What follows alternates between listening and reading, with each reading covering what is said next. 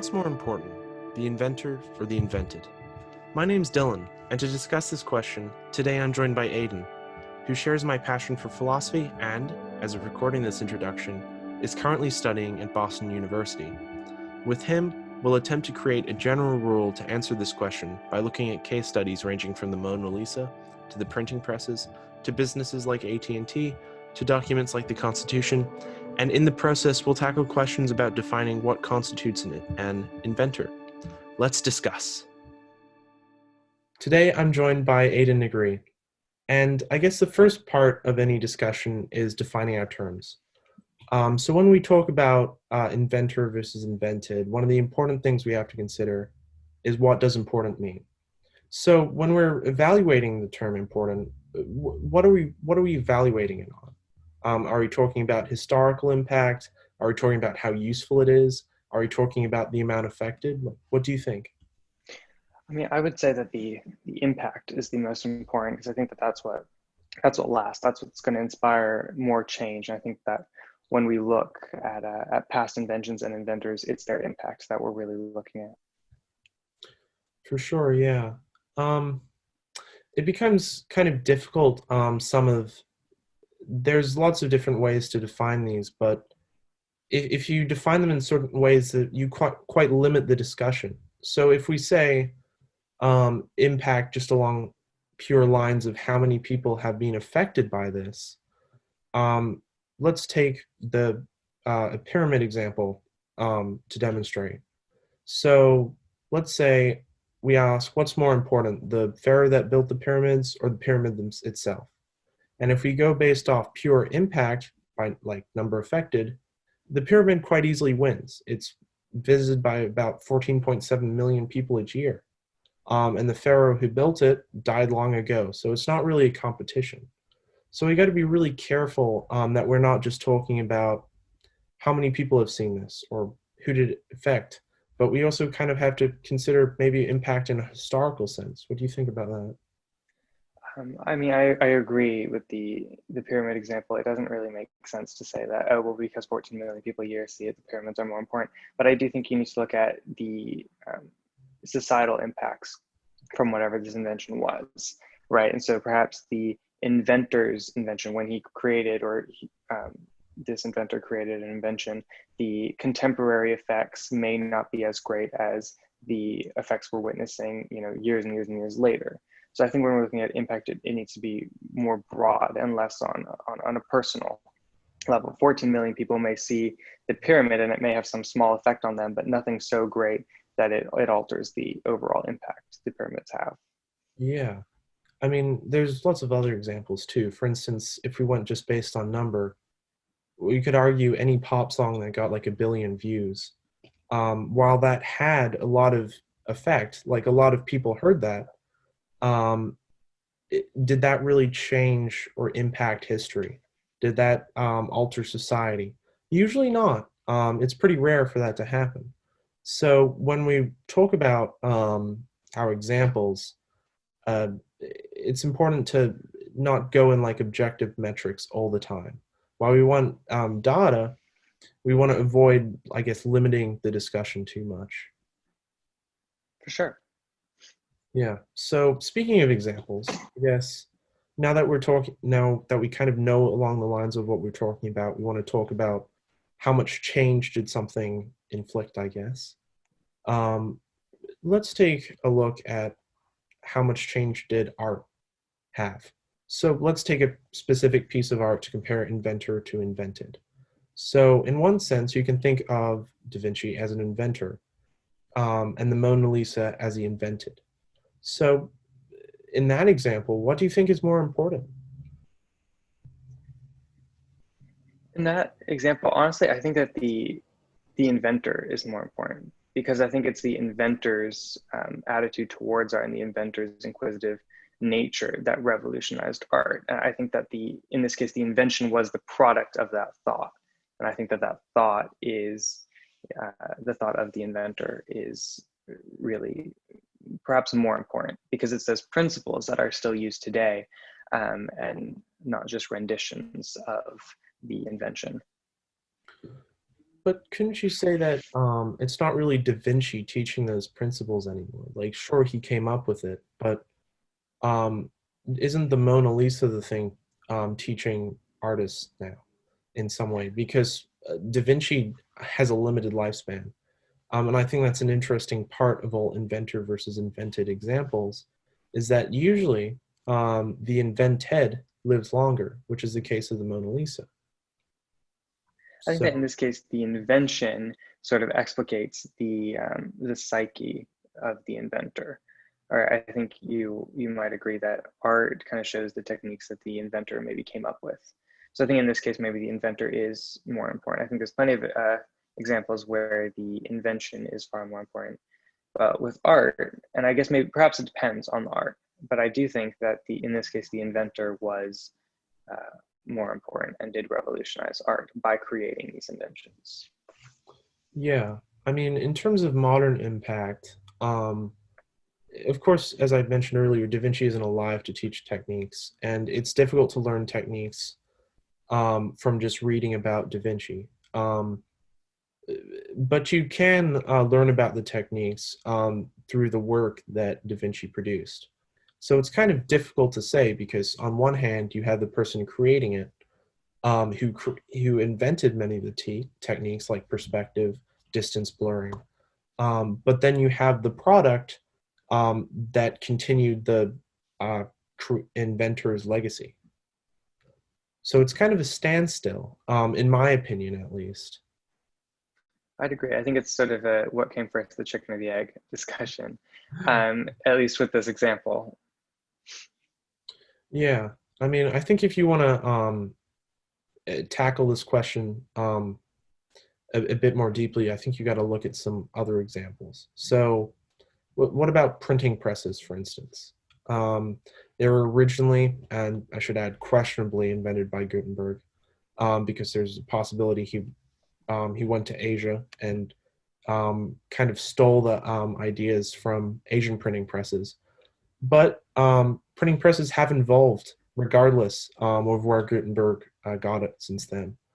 Um, you could call this a kind of mechanical and art in many ways. So, what do you think about that? Is Gutenberg more important than the printing presses in this case? No, in this case, I would say that the invention is far more important. I think that Gutenberg's idea was revolutionary for sure, but I think that um, the impacts that came from the printing press are far more far-reaching. I mean, if you look at the effects that they had in religion, right, for the first time, the Bible was able to be read by common people, and it encouraged the spread of religion. We're still seeing impacts that the printing press had, and of course, it went through many different renditions and improvements, and many innovators and inventors worked on it. So, of course, it can't all be attributed to Gutenberg, but I think that the invention in principle had far more far-reaching impacts.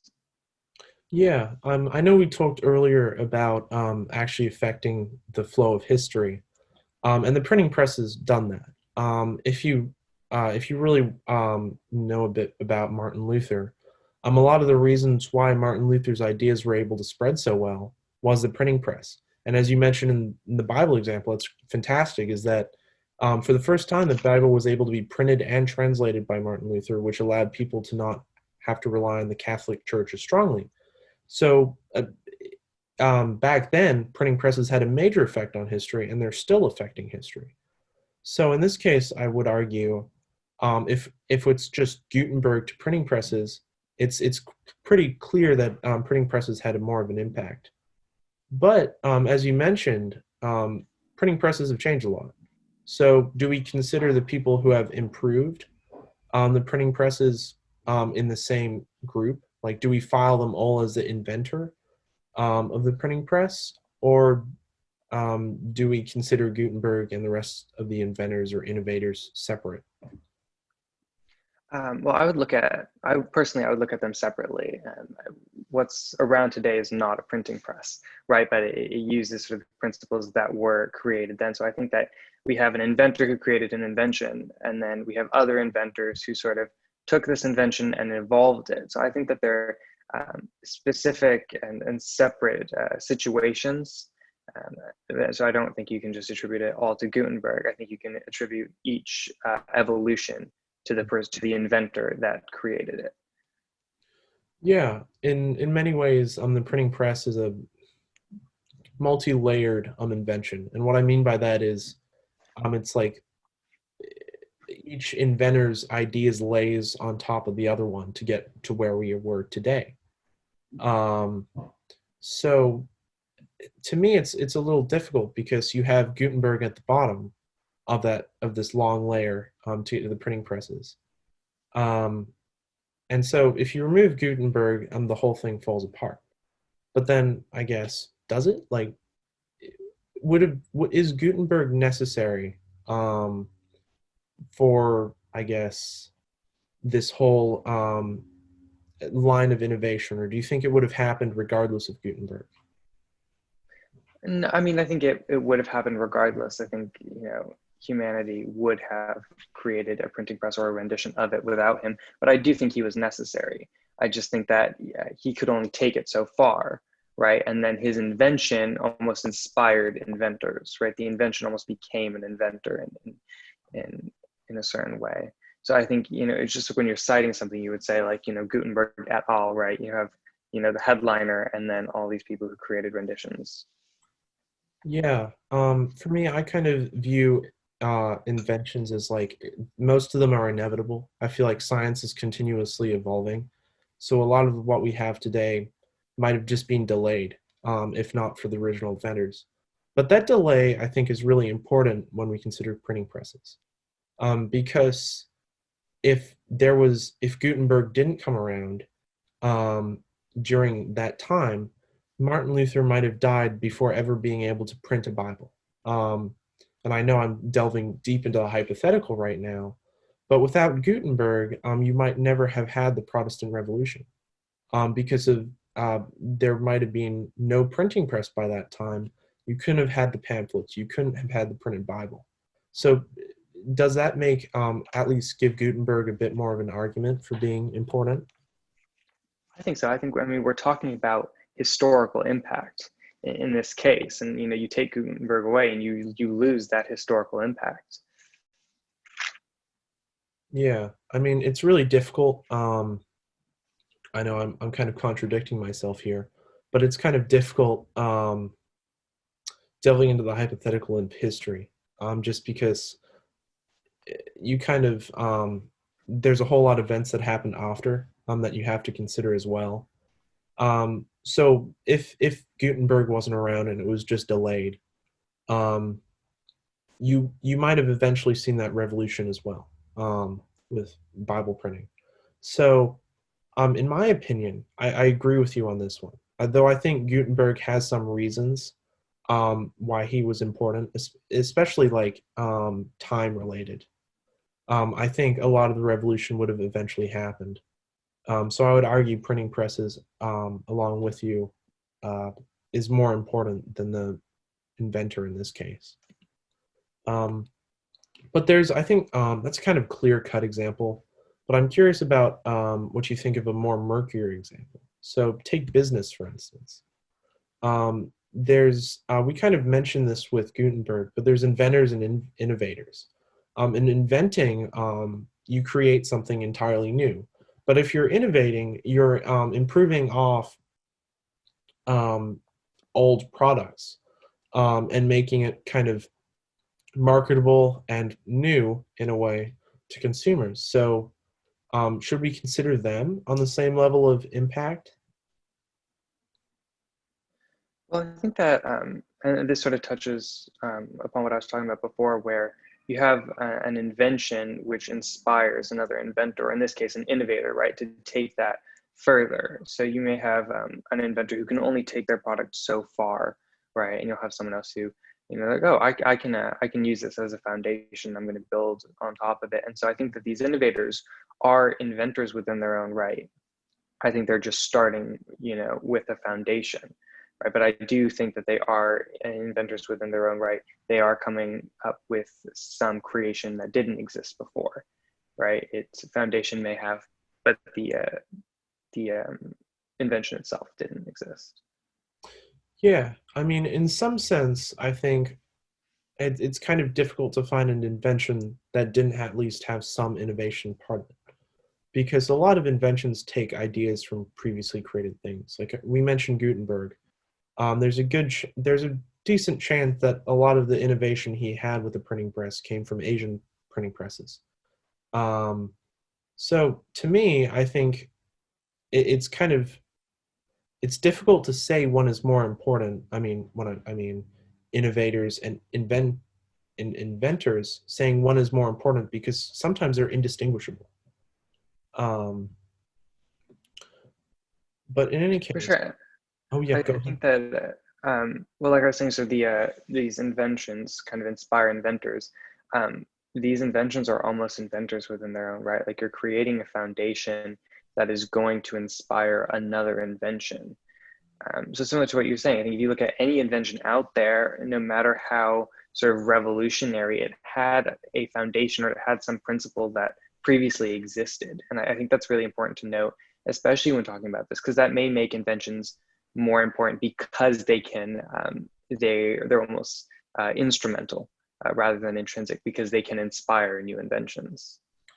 Yeah, I mean, even along the even an example of the printing press, that's a long line of innovation to get to the printing press we have today. Um, but yeah, I mean, I agree with you again, but I am curious. We kind of we've thus far we've kind of treated them as separately, right? In a way, because we separated Gutenberg from the future innovations. But what about when we have a team of inventors or innovators, and they work together to create one product? How do we consider that group of people? Do we consider them separately, or do we consider them as kind of like a combined inventor? I think you could go either way. I would personally look at them from as a singular unit, as one inventor, which created one invention. But I think if you do sort of expand it, you can look at what each person brought to the table, which invention inspired them to bring what they brought to the table, to the table. Um, and so but I think you can go either way. I think looking at them as a unit, actually, I think that there's pros and cons. I think you get something different um, out of looking at them as a unit and as separate entities. Hmm. Yeah, this is one of the few times I'm going to take a harder stance on something. I think you should really treat it as a singular unit because a lot of the time it's really difficult to make any separations between singular inventors. So you have a classic example of Steve Jobs and Wozniak working together to create a computer. And a lot of media, a lot of like movies have tried to separate the two. But one of the difficulties you find with that is it's really difficult to isolate what a single person created in a group project. It's why projects are so unpopular sometimes. Or part of the reason is because like you do a lot of work and then you might have some people who do less work, but there's no real way of telling if that final project is cohesive. So I think it's much easier to just consider him as a singular entity. Otherwise, it becomes really difficult trying to attribute where each went. Yeah, I agree. I completely agree.